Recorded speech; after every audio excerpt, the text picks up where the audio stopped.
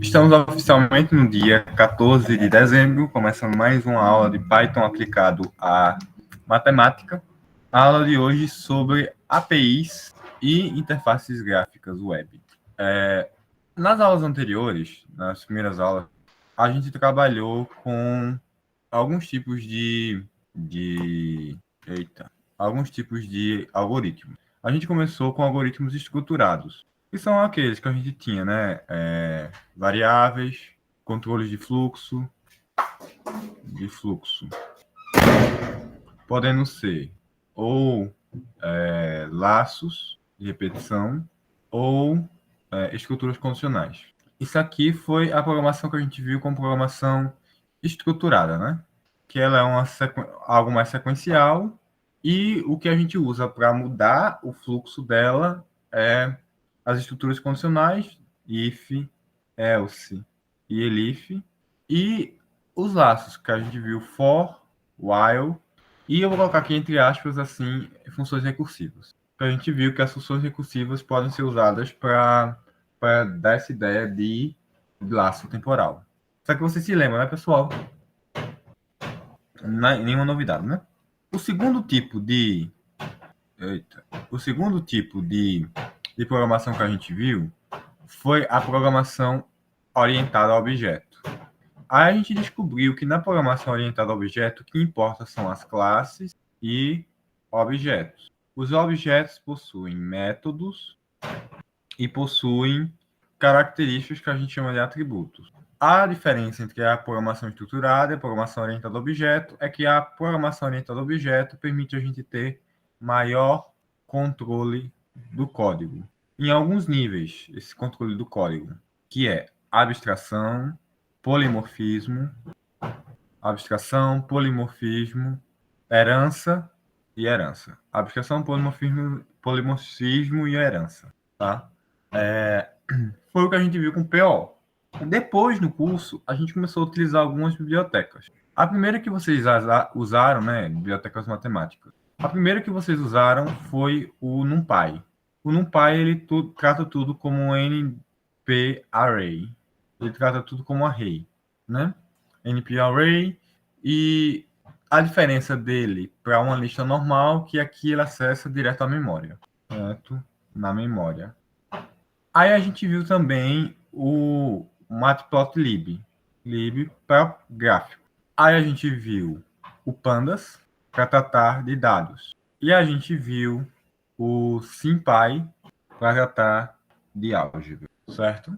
A gente começou vendo isso. Vocês lembram dessas bibliotecas, dessas coisas, minha gente? Todo mundo tá me acompanhando? Beleza.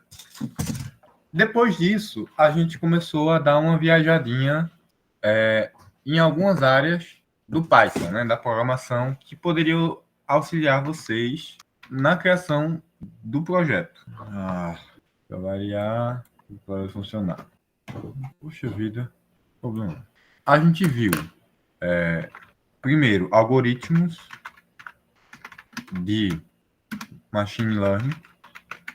Em especial, a gente viu backpropagation, né, que procura o menor peso. A gente viu o Manin, que é uma biblioteca gráfica para gerar imagens e vídeos matemáticos. Nessa pegada, a aula de hoje, a gente vai aprender uma coisa chamada API e interface gráfica. Alguém já ouviu falar de API? Alguém tem ideia do que seja uma API? E aí, galera?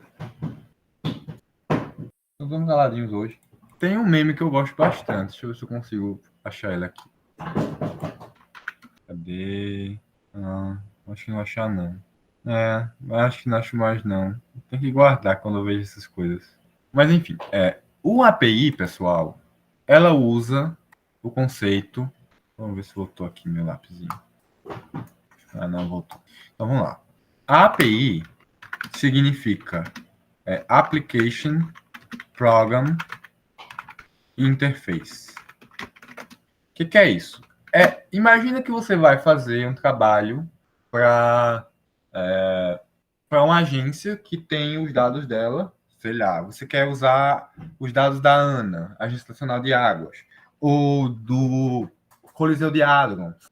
Eles têm os dados deles, mas como é que eles disponibilizam esses dados para vocês? Eles geralmente disponibilizam os dados por meio de uma API, que é uma Application Program Interface. Ele vai dizer, para você acessar o dado da gente, você vai ter que fazer desse jeito. Para você usar o serviço da gente, você vai ter que fazer desse jeito. Então, a gente pode usar o Python para usar serviços de já feitos, de programas já feitos, por meio de APIs, tá? Ele usa um protocolo que é uma regra, chamado HTTP, tá? Quando a gente vai no site, coloca http, dois pontos, barra, barra, o Google. Quando a gente entra no Google, a gente entra assim, ó, http, aí dois pontos, barra, barra, google.com. Ele só aparece isso, mas por trás tem esse HTTP. Isso aqui quer dizer que o protocolo de acesso é HTTPS, tá? Esse google.com é o endereço, que por trás das contas, se você pegar um terminal e você usa esse comando, ó, ping www.google.com, ele vai lhe retornar um número, ó. Esse número aqui é o endereço de IP. Se eu copiar ele e jogar aqui, ele me traz para o Google. O que acontece? Na internet, tá?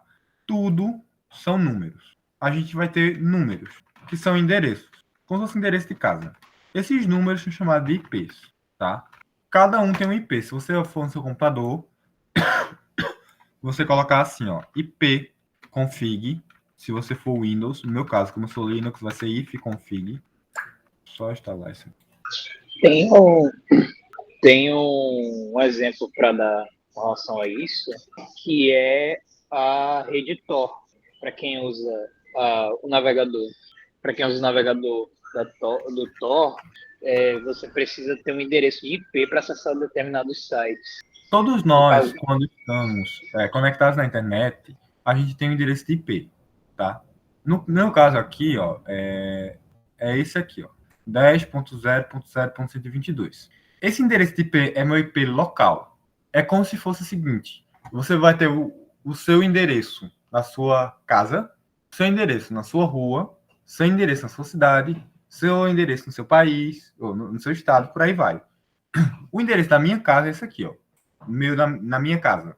O endereço da minha casa é esse aqui. E assim vai. A provedora da internet, ele vai lhe dar uma faixa de IP para você poder acessar a internet. É isso que ele faz. Então, para você ser identificado na rede, é identificado por meio do IP. Existem alguns endereços de IP que são reservados. Um deles é esse aqui, ó, 127.0.0.1, que é o IP da sua própria máquina, referência a ela. Se você quer acessar a sua própria máquina, você vai acessar isso aqui. A gente vai usar mais tarde isso aqui. Tá? Mas até então, eu quero que vocês guardem que um API é um Application Program Interface que utiliza um protocolo, que é uma regra HTTP, e precisa de números de endereço de IP para funcionar. Certo? Vocês estão conseguindo me acompanhar aqui? Cadê você? Tem a do root também. Inclusive, é assim que o povo usa para fazer ataque de DDoS. Isso mesmo. Deixa eu mostrar uma coisa interessante para vocês. Se vocês colocarem esse comando traceroute www.google.com traceroute acho que é só tracer. Acho que é assim. Putz, não tenho nada instalado aqui. Tá instalando. Vamos lá. Aqui, ó. O que ele tá fazendo? Ele tá pegando, ó, o meu local é esse aqui, ó. Aí, do meu local até o Google, eu passei por todos esses roteadores. Então, eu passei, ó, por esse IP aqui, passei por esse IP aqui, passei por esse roteador aqui, passei por esse roteador aqui, passei por todos esses roteadores até chegar no servidor do Google. Eu consigo fazer esse mapeamento, tá? O que a gente vai fazer? Agora, a gente vai construir um caminho para uma rota, tá? O que é uma rota? Uma rota é um caminho. A gente vai fazer um caminho dentro da nossa casa. A gente vai dizer, ó, vem por esse caminho, tá? Para isso, eu vou começar aqui criando um arquivo Eu vou chamar ele de app.py. Vou vir no terminal e vou criar uma coisa chamada ambiente virtual. Acho que vocês já viram usando. Que é, quando você for instalar as coisas, você for instalar bibliotecas, ele não vai instalar em um ambiente global, vai instalar só nessa aplicação. Então, para isso, você coloca Python 3, "-m", venv, e vou dar o nome de env. Aqui ele vai criar o ambiente virtual. Isso, não muda. Como é? Cadê? Deixa eu pegar de novo aqui enquanto instala. Sinto que estou estagnado várias vezes em erros bobos. Cadê? Ah, se hidrata. Mas é assim mesmo, às vezes a gente se acha, se cai em erros tão bestinha. Mas vamos lá. Criamos aqui o env. Para ativar ele, você coloca source env /bin /activate. Aí você vai ter quando ele fizer isso aqui, é que você está com o ambiente virtual ativado, certo? A gente vai instalar uma biblioteca chamada Flask. Pip install Flask. Escrevi errado. Aqui, estou instalando o Flask. Eu falando com o microfone desligado. Poxa. Veja só. Foi instalado aqui o Flask. Tá? O que é que a gente vai fazer? A gente vai importar a biblioteca. From do Flask, import Flask. Tá? Do Flask, import Flask. É isso que eu estou dizendo. Eu vou criar um app que eu vou passar o Flask. Tá? Estou criando um app do Flask. Esse app aqui cria um app do Flask. Tá? Eu vou começar criando as rotas. Tá? Para isso, eu coloco esse underline app. Estou dizendo, cria uma rota para esse app. E essa rota vai ter o endereço de barra, que é o endereço padrão. Tá? Aí agora é só criar o que ele vai fazer nessa rota. Ele só vai me retorne meu site. Tá, só isso. Vou rodar aqui, ó, run Python file, ou aqui mesmo, ó, Python app.py. Ó, não fez nada. Por quê? Porque eu não mandei no código rodar. Tá? Para isso, eu tenho que dizer, ó, se você tiver no main, roda. Então, para isso, eu tenho que falar, ó, if underline name igual underline main app run, tá? Se eu colocar agora assim, ele tá rodando aqui, ó, nesse endereço. Se eu clico nele, deixa eu trazer aqui Firefox. Abrir o Firefox. Ó, ele abriu aqui, ó, meu site. Tá vendo? Ele apresentou isso, tá? Vocês estão conseguindo entender? Uma coisa interessante é se você colocar, ó, esse endereço e colocar esse mesmo. Ele vai abrir em outro lugar e tacar os dois. Vamos tentar fazer alguma coisa mais bonitinha, tá? O que a gente vai fazer? A gente vai criar aqui uma página, um arquivo novo chamado template, tá? A gente cria o arquivo template e dentro desse arquivo template a gente vai criar, deixa eu ver se é template ou templates. Acho que é template mesmo. Se der errado, não tem problema. A gente usa. Eu vou criar aqui dentro do template index.html, tá?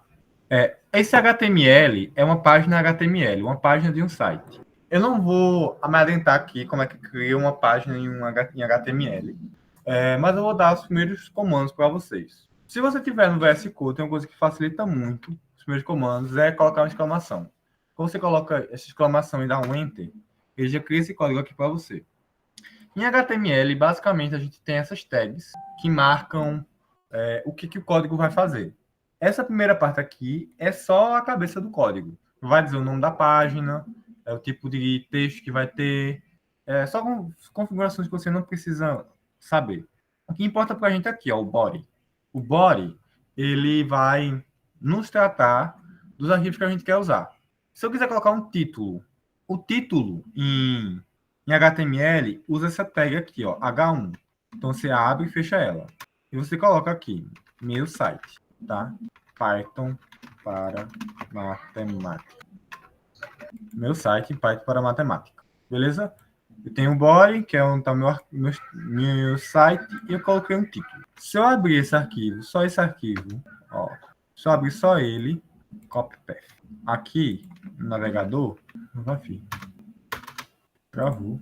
Aqui, meu site, Python para matemática. Eu abri o arquivo. Mas eu não quero fazer isso. Eu quero pegar esse arquivo pela minha API do Flask. Tá? Eu quero que minha rota me redirecione para isso aqui. Para isso, a gente vai precisar vir aqui e fazer assim. Ó.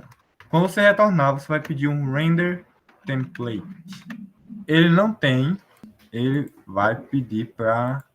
Ele não encontrou, a gente tem que adicionar o import. No Flask, vírgula, render template. Render template, e eu vou colocar aqui index.html. Vou iniciar de novo e vou abrir agora. Ver se eu não fiz nada errado. 127. Olha, deu um erro. Deixa eu ver qual foi o erro que deu. Not found index.html. Deixa eu renomear aqui para templates. Para ver se vai agora. Foi. Era só o nome. Ó, eu não estou acessando agora mais aquela página por meio do meu arquivo. Eu primeiro faço uma requisição, ou seja, eu peço a página à minha aplicação e a minha aplicação me retorna essa página, tá? Digamos que eu queira, eu tenho aqui uma soma. Eu tenho um A que recebe 20, o B que recebe 30, eu tenho a soma que é A mais B, tá? E eu quero retornar essa soma. O que eu faço? Eu retorno assim, ó. Soma igual a soma. E lá no meu HTML, no meu template, eu posso colocar assim, ó, soma. Quando eu reiniciar minha aplicação, 50. Então eu consigo passar informações do Python para uma interface gráfica muito simples. Cadê vocês? Vocês estão entendendo, pessoal? Tá tranquilo? Beleza. Qualquer coisa vocês gritam, tá? Que isso é um assunto mais chatinho. Eu já deixei um códigozinho pronto aqui para vocês, que é esse aqui, ó. Pronto. Ó, vejam só, o que esse código faz? Ele importa do Flask, o Flask e o request. Request é para você mandar um dado, tá? Esse código aqui, ele calcula a média entre duas notas, tá?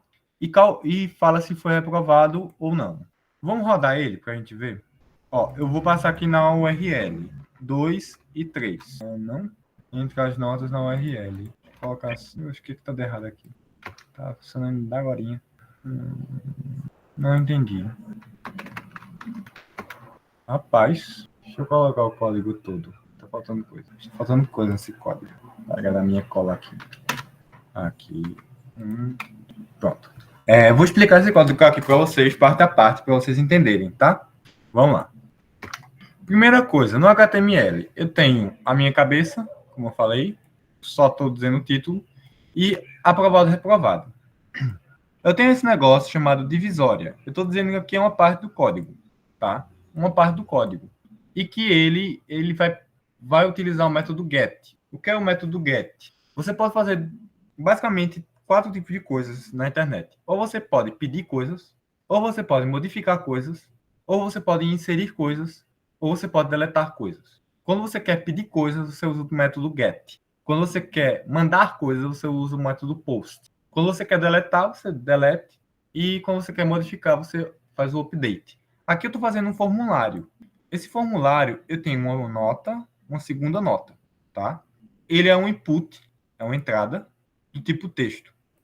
Aí eu estou colocando aqui primeiro, o segundo, e eu coloquei aqui o input que é do tipo submit, que é um botão, que tem o nome enviar.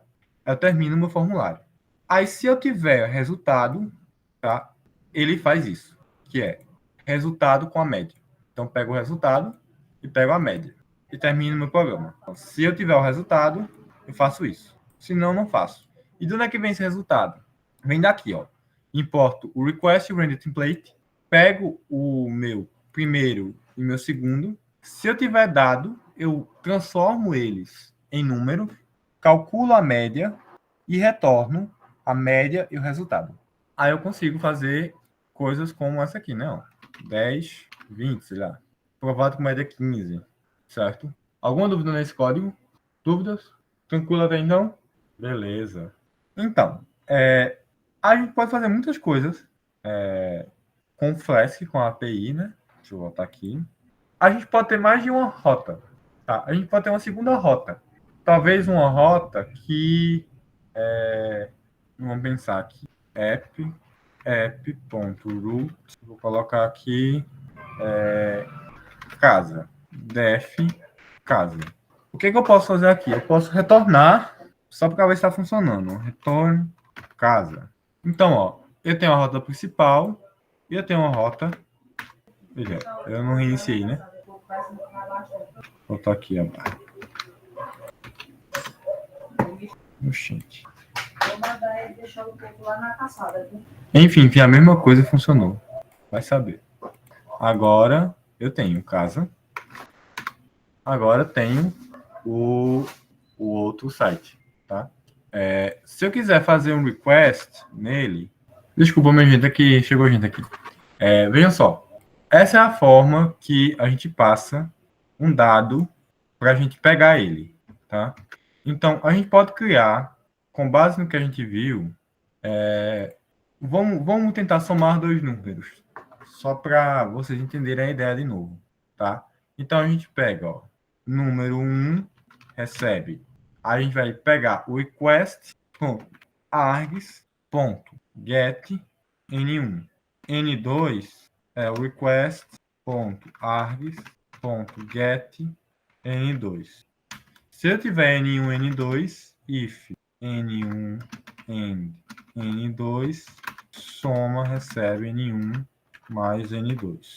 E a gente retorna a soma, tá? Ele reiniciou, tudo certinho. Aí eu vou aqui para a rota casa. Só que eu não achei a soma. Então eu tenho que fazer assim, ó, barra n1 igual a 2 e n2 igual a 3. E agora ele deu erro. Por quê? Ele não conseguiu achar a rota. Que estranho. Entendi, não. Sim. Eu passei aqui, ó. Complementando, eu tinha que tirar a barra. Passei complementando aqui, ó, o valor. Aí eu consegui, ó, fazer a soma, né? Só que preste atenção no seguinte, que aqui ele concatenou 2 e o 3, porque aqui é um string. Então tem que passar isso aqui, n1 recebe float n1. n2 recebe float n2. Se a gente rodar agora de novo esse, aí dá erro. É porque agora isso aqui é um float e eu não tenho como retornar um float. Aí a gente só faz isso aqui, ó. Transforma em string de novo. Se eu rodar assim, eu posso passar outros números aqui. Posso passar 10 de 10. Dá 13. Tá vendo? Consigo passar as entradas por aqui.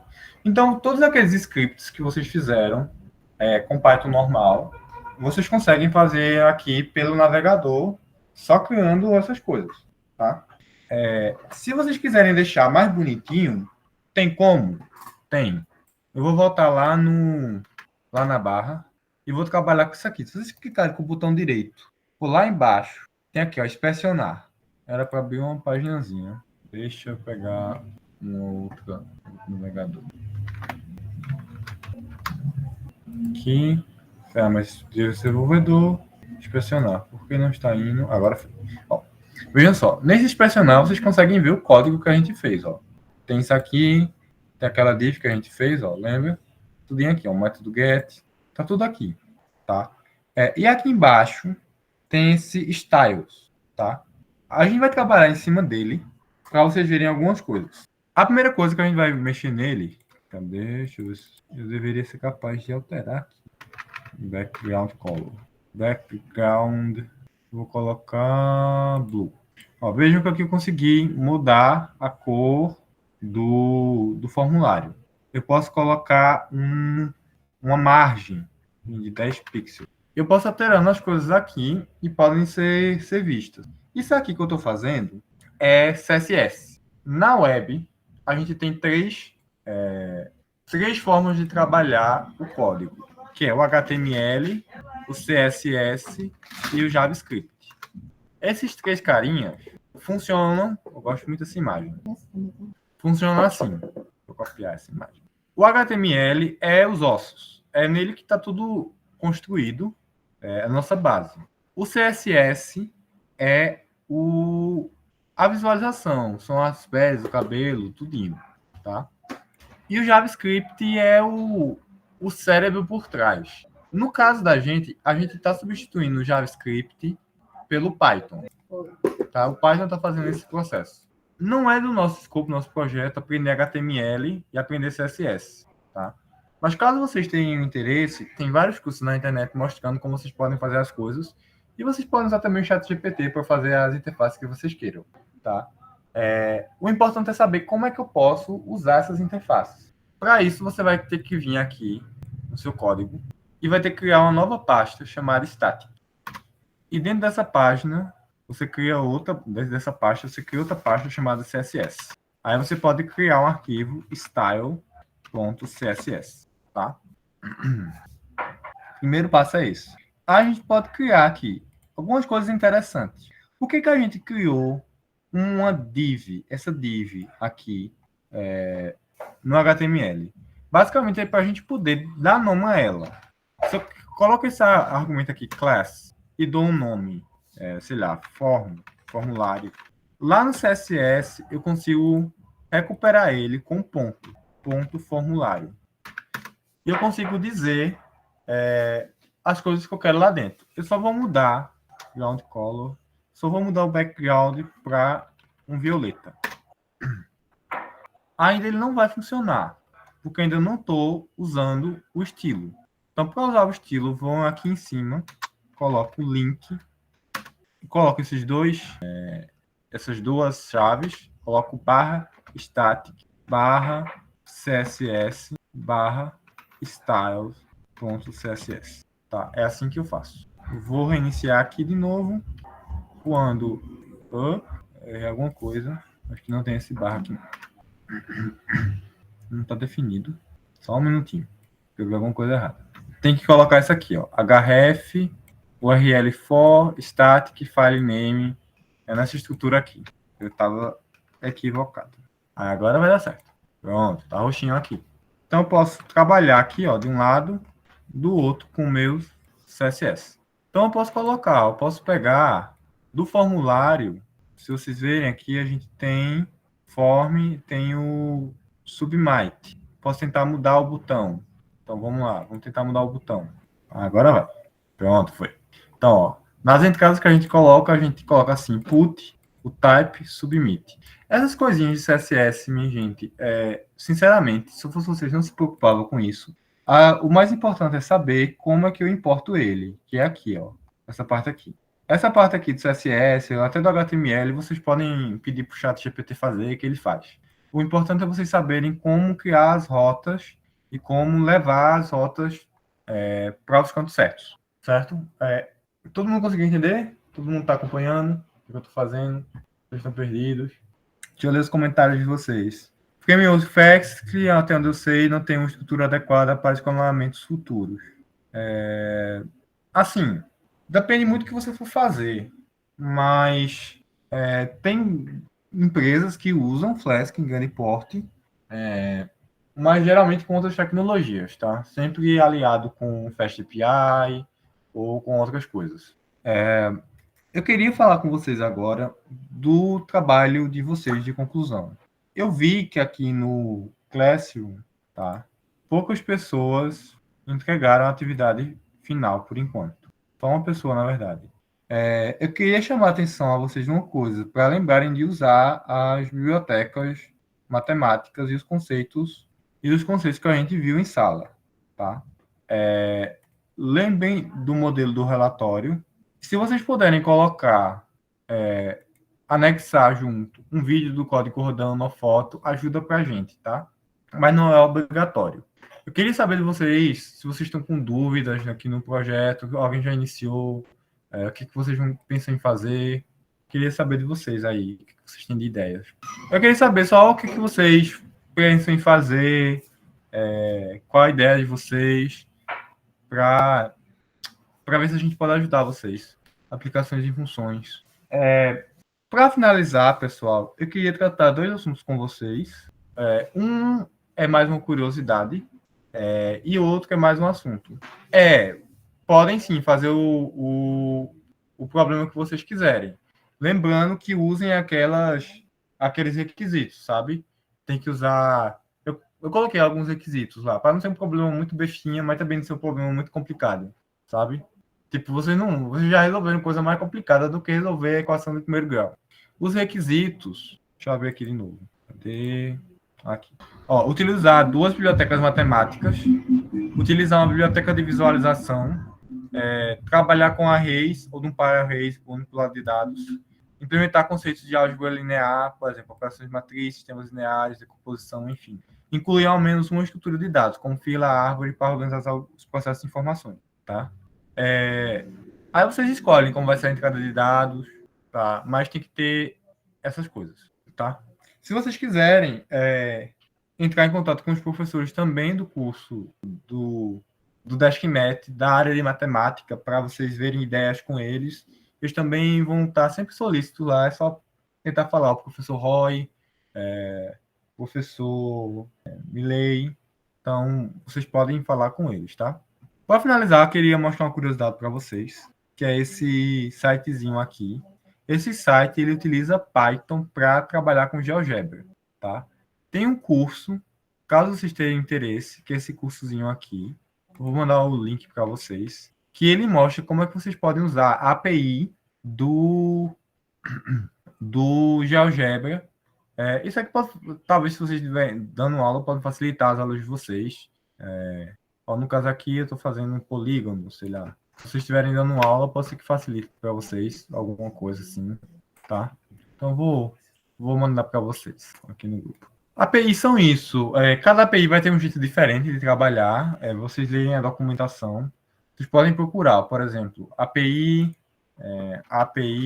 do LHC. Ó. Mas a ideia sempre vai ser que nessa aqui, ó. No código que a gente faz, ó. O request args get. Vai ser alguma coisa parecida com isso. A gente vai fazer um get e passar os argumentos. Ó, um code.